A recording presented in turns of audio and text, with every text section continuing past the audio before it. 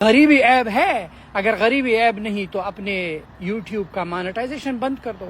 یہ جو تم نے سفید غریبی عیب ہے، اس لیے تو اللہ نے امیر کو جو ہے ٹائٹل دیا ہے غنی کا. غریب کو کیوں غنی؟ اللہ کو پتہ ہے غریب بے غیرت ہے، یہ لینے والا ہے. شاید انور بیوقوف نے مفتی صاحب پر ایک اور اعتراض کیا کہ اگر تمہیں غربت پسند ہے تو پھر اپنے چینل کی مونیٹائزیشن بند کر دو جس سے تم لاکھوں روپے کماتے ہو. تو میں شاید انور کو اس بیوقوفانہ سوال کا یہ جواب دوں گا کہ مفتی صاحب نے یہ جو چینل بنایا ہے یہ پیسوں کے لیے نہیں بنایا بلکہ یہ خدمت کے لیے بنایا ہے.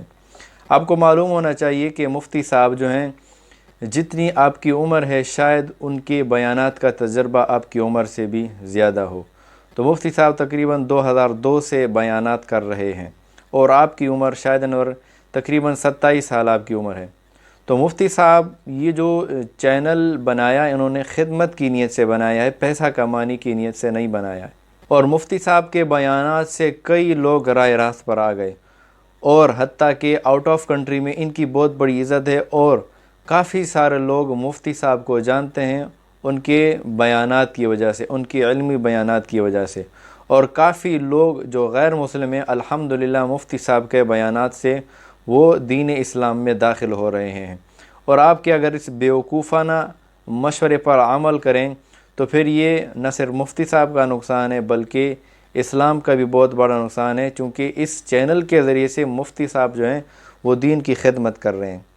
تو لہٰذا آئندہ علماء کرام پر اس طرح کے بیوقوفانہ اعتراض نہ کریے گا. اور اس نے ایک اور سوال بھی کیا کہ اللہ تعالیٰ کو پتہ ہے کہ غریب جو ہے وہ بے غیرت ہے اور اللہ تعالیٰ اس لیے اللہ تعالیٰ نے مالدار کو جو ہے وہ غنی کا لقب دیا ہے. تو آپ نے جو غنی کا مطلب سمجھا ہے وہ غلط سمجھا ہے. ہاں یہ بات تو کہہ سکتے ہیں کہ غنی کا مطلب ہے مالدار، لیکن اس کا جو مطلب ہے کہ جس طرح اللہ تعالیٰ کی صفت ہے غنی کا مطلب ہے بے پرواہ، کہ جس کو کسی چیز کی پرواہ نہ ہو، کہ اللہ تعالیٰ جس کو چاہے پیسے دے دولت دے.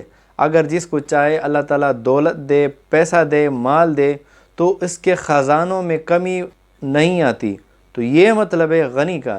اسی طرح بہت سے غریب لوگ ہوتے ہیں، وہ ہوتے تو غریب ہیں لیکن ان کا دل غنی ہوتا ہے، ان کا دل استغنا سے بھرا ہوتا ہے.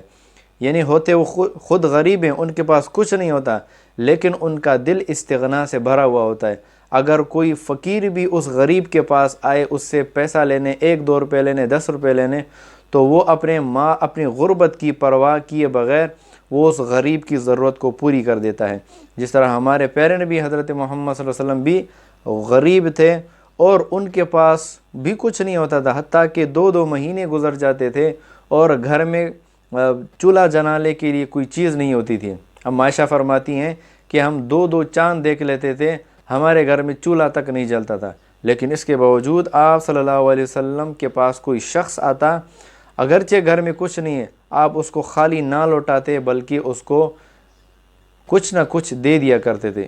اسے ہم عائشہ کے بارے میں آتا ہے کہ حضرت عائشہ رضی اللہ تعالیٰ عنہ کہ جب حضرت عمر فاروق کا دور آیا، امیر معاویہ کا دور آیا، تو فتوحات کا جب زمانہ آیا تو بوریوں کے بورے اما عائشہ کے پاس جمع ہوتی تھی درم دنانیر کے، اور کل تک اپنے گھر کے لیے کچھ نہ چھوڑتے تھے بلکہ لوگوں فقیروں کے اندر خیرات کر دیا کرتے تھے، صدقہ کر دیا کرتے تھے.